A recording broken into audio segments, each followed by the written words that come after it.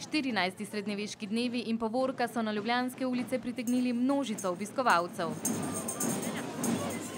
Najbolj navdušeni nad nevsakdanjim dogajanjem so bili seveda otroci. Prvič to sem videl in dobro nastopajo. Najbolj mi je bilo všeč, ko je prišel konj, pa ko so metali zastave ful visok. A za mahanje zastavami je potrebno veliko vaje. It's not very easy because if you want to learn you have to try usually for about 1 or 2 years. Med več kot 250 nastopajočimi so bile gostujoče skupine iz Italije in Češke, ki nastopajo tudi drugje po Evropi, a kot pravijo, je to zanje le hobi. Just on Saturday and Sunday, so sometimes it's quite hard. This year we have been to Denmark, France, Spain, Germany and Czech Republic. Za pristno srednjeveško vzdušje so nastopajoči poskrbeli tudi s kostumi, ki so bili v modi pred skoraj 500 leti. Nek renesančni model, kakršnega vidimo ponavadi na slikah Henrika VIII. Poleg dvourne povorke so si obiskovalci lahko ogledali tudi različne srednjeveške izdelke in obrtnike.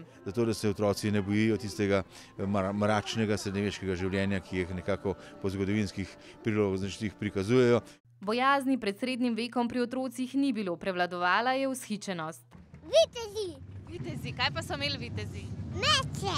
Kakšen ščit imaš, Tristan? Povej, kakšen grb je to? Od predjanskega Erasma. Kljub turobni soboti so nastopajoči z glasbo in vzdušjem pregnali sivino in pričarali srednjeveški utrip v prestolnici.